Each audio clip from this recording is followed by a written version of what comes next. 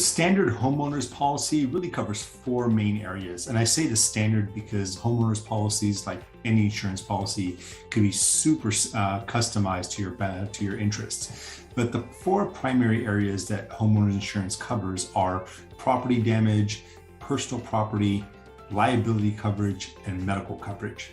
On the property damage, it would be things like wind, fire, hail.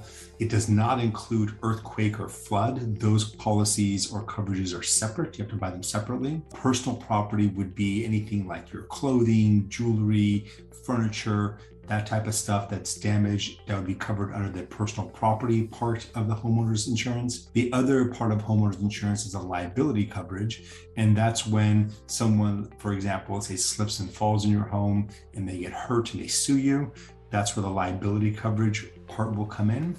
And then the last part is the medical coverage. That's also when, let's say someone falls and then they get hurt and they have medical bills, or let's say you have a gardener or someone that's working in your home and they suffer injuries. It would cover workers' comp and medical insurance for them as well. The property damage component is, as I said earlier, covers losses because of fire, wind, water damage. And as I said earlier, it does not cover earthquake or flood.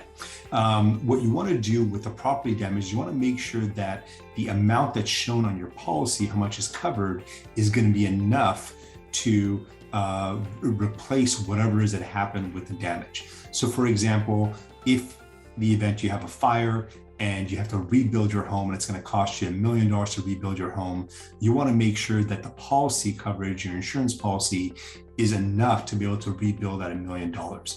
Now, there are two types of coverages that are part of the property damage.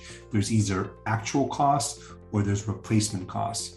Actual cost is not as favorable because it includes the cost of your home less depreciation, so you're not going to get as much money back to be able to rebuild.